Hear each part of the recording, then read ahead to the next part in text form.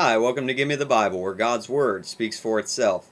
We spoke in the last video about Matthew 7:1 and about what Jesus was not saying when he told us not to judge so that we would not be judged. He was not giving us kind of our society's version of tolerance that, everybody's okay and we just accept everyone and everybody's going to heaven and we should never, ever, ever make any sort of negative evaluation about a person's soul and their eternal destination. If that is what he was saying, then he contradicts himself in several places. In fact, just a reminder, Matthew 7 verse 6, he warned us to watch out for people who are really, from a spiritual perspective, pigs and dogs. And he's not saying that we look at a person and we say, oh, that's a pig, and so I'm not going to teach them. No, the point is when you start to give them the teaching of God, many times their character is revealed to us as a pig or a dog and who's not interested, and Jesus says don't even waste your time.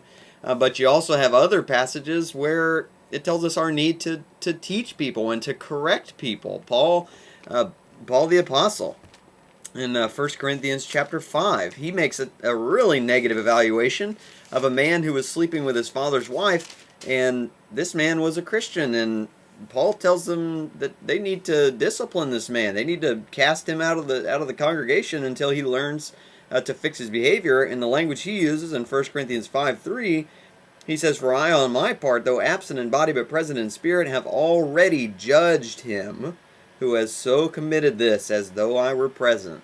Okay, lots of examples of judging a person, and Christians need to be people who make judgments, who make proper judgments about the condition of people's souls, including, of course, our own. And so the question is, well, then what is Jesus saying? Because it sounds like Jesus is saying we can never, ever, ever, ever judge anyone at any time in any way. But the problem is when we read Matthew 7 verse 1 that way, we're completely ignoring the context. And the context is that he's addressing the problem that the Pharisees had of setting themselves up as the standard because they were legalists. Remember, we talked about that a few videos ago, and they were being arrogant toward other people and judging other people, condemning them to hell, not because they were disobeying God, but because they weren't like the Pharisees were. And Jesus really is harping on the Pharisees because, one, they're judging in a harsh, unmerciful way. So when they say that a person is a sinner, they're not interested in helping them at all. They're just interested in condemning them and saying, well, you're a sinner and you're going to hell and tough luck, pal.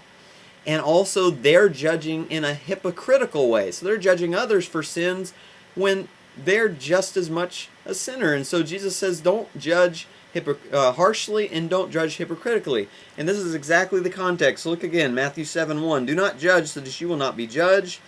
For in the way that you judge, you will be judged, and by your standard of measure, it will be measured to you. So Jesus is saying, if you judge harshly, guess what? God's going to judge you harshly without mercy. Look in verse 3. Why do you look at the speck that is in your brother's eye, but do not notice the log that is in your own eye? Or how can you say to your brother, let me take the speck out of your eye, and behold, the log is in your own eye? So there's the hypocrisy. That here's a Pharisee, a religious elite person saying, well, I'm going to fix you, brother, because you're a sinner and I'm righteous. And Jesus says, but you're a sinner too. And that's why he says in verse 5, you hypocrite, first take the log out of your own eye, and then you will see clearly to take the speck out of your brother's eye. And notice, Jesus never says, don't you ever try to take a speck out of your brother's eye. Don't you ever try to judge somebody and try to help them get sin out of their life. He doesn't say that. He says, first, before you do that, make sure that you're living right yourself. Don't judge hypocritically. And you can actually see this in action in Matthew 9. I'll show you the difference here. Matthew 9, verse 11. When the Pharisees, verse 10. Matthew 9:10. Then it happened that as Jesus was reclining at the table in the house, behold, many tax collectors and sinners came and were dining with Jesus and his disciples. And when the Pharisees saw this, they said to his disciples, why is your teacher eating with tax collectors and sinners? But when Jesus heard this, he said, it is not those who are healthy who need a physician, but those who are sick.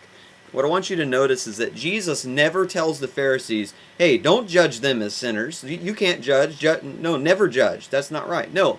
In fact, I think Jesus would absolutely agree with the Pharisees' judgment that they are sinners. Jesus didn't disagree with that. Jesus knew that's why they needed him. That's why they needed a physician. But you see, Jesus and the Pharisees made the same judgment about the sinners, but it was different because Jesus then went to try to help them, and the Pharisees avoided them. I hope that that's helpful, and I'll see you next time.